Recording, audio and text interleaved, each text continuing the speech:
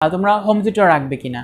Home tutor মানে কি, তুমি বাসায় একটা মেডিকেলের ভাইয়া রাখলা যে তোমাকে আর কি পড়াশোনাটা হেল্প করবে, বিভিন্ন ট্রিক্স শেখাবে, তারপর আর কি তিনি কীভাবে প্রিপারেশন নিয়েছিল সেই আলোকে তোমাকে একটা ভালো গাইডলাইন দেবে, কিন্তু পড়া কিন্তু তোমাকেই পড়তে হবে, সে কিন্তু তোমাকে ডিটেলসে পড়াবে না। তো এক্ষেত্রে আমার পরামর্শ হচ্ছে যদি তোমার মনে করো বাসা এবং কোচিংয়ের ডিস্টেন্স কম হয়, তোমাকে যথেষ্ট সময় থাকে, সময় অপচয় না হয় এবং তোমার ক্যাপাবিলিটি থাকে যে বাসায় একজন ভাই এনে পড়ানোর, তাহলে তুমি অবশ্যই পড়াও। আই অ্যাপ্রিসিয়েট দ্যাট, কারণ সে তোমাকে আর কি বিভিন্নভাবে সাহায্য করতে পারবে। অনেক সময় দেখবা তুমি অনেক বেশি জিনিস পড়ে ফেলছো যেগুলো আসলে দরকার হয় না, বা অনেক জিনিস তুমি বাদ দিয়ে দিচ্ছ কিন্তু সেগুলো আর কি গুরুত্বপূর্ণ।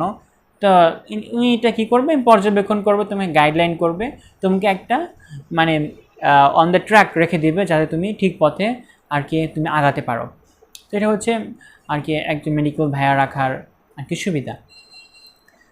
তারপর হচ্ছে আর কি আরেকটা জিনিস, মনে করো যে তোমাদের কোচিংয়ে ভর্তি হওয়ারও সামর্থ্য নাই, বাসায় মনে করো ভাইয়া রাখারও সামর্থ্য নাই, তাহলে তোমাদের কি করতে হবে, তোমাদের ক্লাসও এরকম ভালো মতো তোমরা করো নাই, তাহলে হ্যাঁ তোমাদের জন্য মনে করো একটু সুখবর আছে।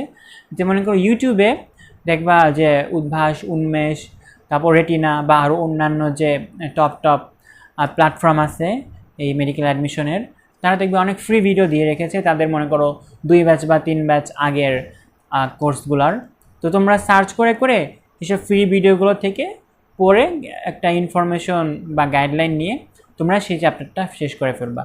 যেমন মনে করো মেডিকোর কি আছে, জ্যোতির্বিজ্ঞানের যে চ্যাপ্টারটা আছে, একজন ভাইয়া অনেক ভালো মতো সেটা পড়িয়েছেন, তো আমি হয়তো সেই ক্লাসটা করেছিলাম।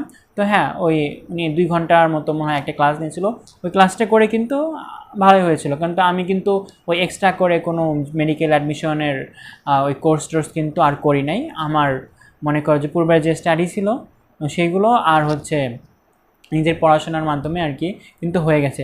আর ফ্রি আমি বিভিন্ন যে সোর্সগুলো আছে যেগুলো বললাম ইউটিউবে অনেক পাবা, ইউটিউবে দেখবা উদ্ভাস, উন্মেষে, তারপরে এদের কি আছে ইংলিশ কোর্স, জিকে কোর্স, এগুলোর ভিডিওগুলো ফ্রিলি দেওয়া আছে, হয়তো কয়েক বছর আগে, কিন্তু অসুবিধা নেই কারণ ইংলিশ তো আর চেঞ্জ হয় না।